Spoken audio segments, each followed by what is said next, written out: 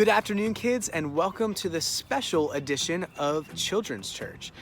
So today, it is Thursday, it is Maundy Thursday. We're in the middle of Holy Week, and we're going to take some time today, as Christians have for centuries now, to remember the start of the events that led to Jesus being crucified on the cross.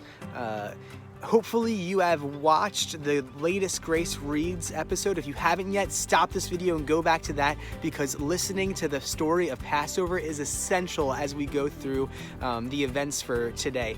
But on this Thursday, 2,000 years ago, Jesus and his disciples began to prepare to celebrate the Passover feast, which Jewish families celebrated every single year ever since God had led Israel out of slavery, out of Egypt, and into the Promised Land.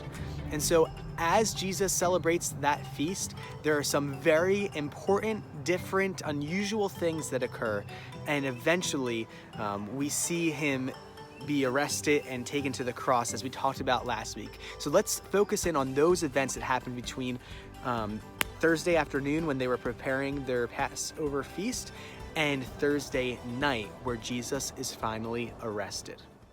Passover is an incredible feast that includes a lot of food, family, some games and activities, scripture readings, and singing. So in the spirit of Passover, we're going to sing a song together called Forever that just gives praise to our incredible God, who is mighty and strong and powerful and able to save his people. Give thanks to the Lord, our God and King. His love endures forever. For he is good, he is above all things. His love endures forever. Sing praise, sing praise. With a mighty hand and outstretched arm, his love endures forever. By the grace of God, we will carry on. His love endures forever. Sing grace, sing grace, sing grace, sing grace. Forever God is faithful.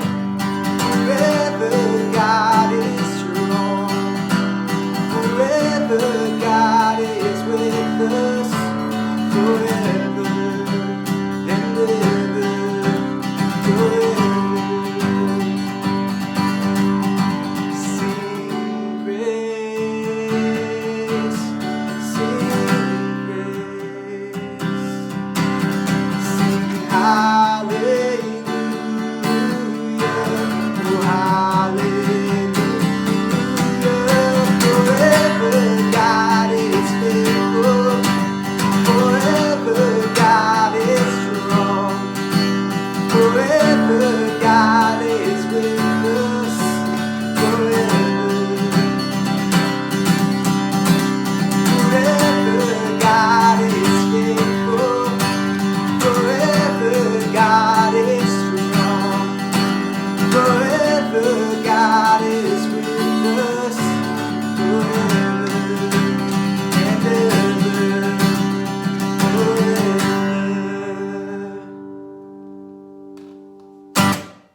Nice singing, everyone.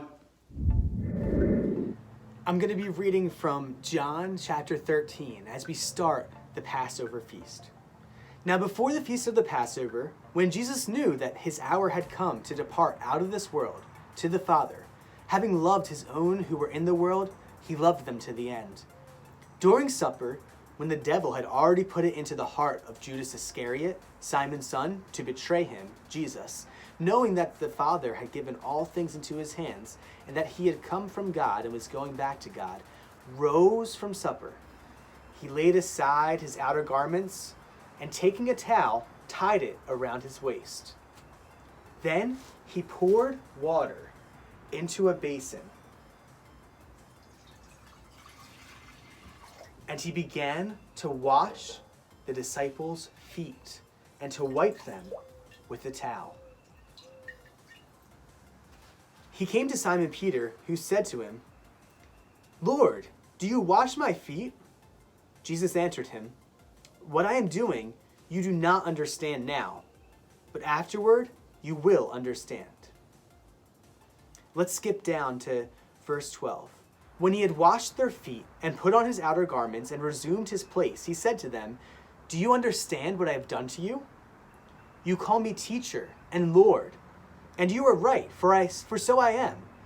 If I then, your Lord and teacher, have washed your feet, you also ought to wash one another's feet. For I have given you an example that you also should do just as I have done to you. Truly, truly, I say to you, a servant is not greater than his master, nor is a messenger greater than the one who sent him. If you know these things, blessed are you if you do them." I don't know about you, but I think that feet are pretty gross, especially when you're talking about people that were just like in sandals walking on a dirt road.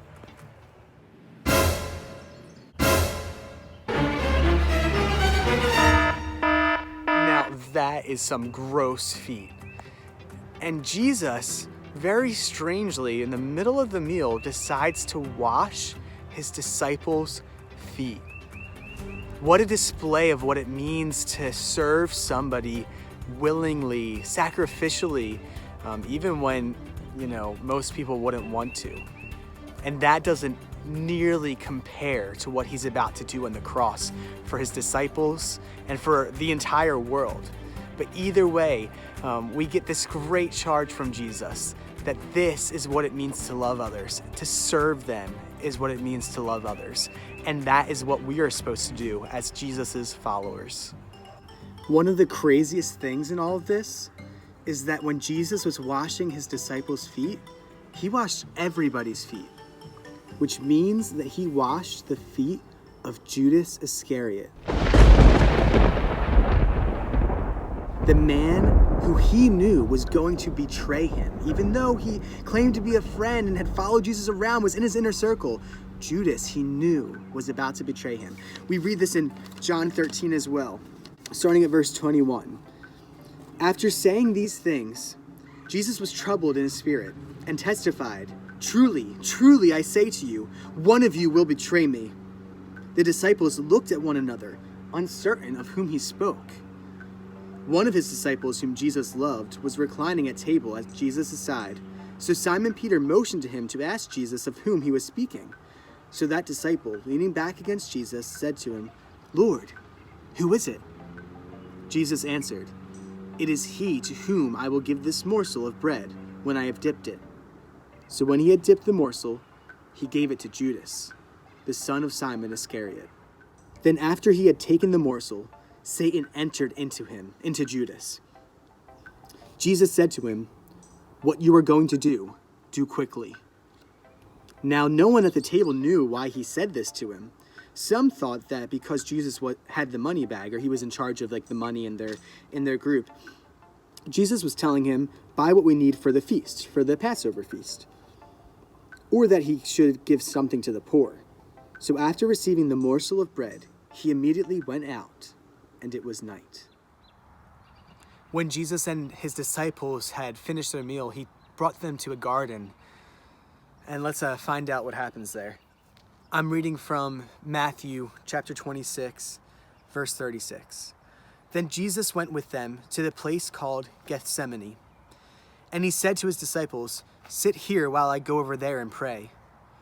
And taking with him Peter and the two sons of Zebedee, he began to be sorrowful and troubled. Then he said to them, "My soul is very sorrowful, even to death. Remain here and watch with me." And going a little farther, he fell on his face and prayed, saying, "My Father, if it be possible, let this cup pass from me. Nevertheless, not as I will, but as you will." And he came to the disciples and found them sleeping. And he said to Peter, "So could you not watch with me 1 hour? Watch and pray that you may not enter into temptation. The spirit indeed is willing, but the flesh is weak." Again, for the second time, he went away and prayed, "My Father, If this cannot pass unless I drink it, your will be done." And again he came and found them sleeping, for their eyes were heavy. So leaving them again, he went away and prayed for the third time, saying the same words again. Then he came to the disciples and said to them, "Sleep and take your rest later on. See, the hour is at hand, and the Son of Man is betrayed into the hand of sinners. Rise, let us be going. See, my betrayer is at hand." Jesus felt the weight of everything that was about to happen to him, and he cries out to God, "If there's any other way, Lord, please don't make me do this. But if this is the only way, if this is the only way for humanity to be saved, then I am willing."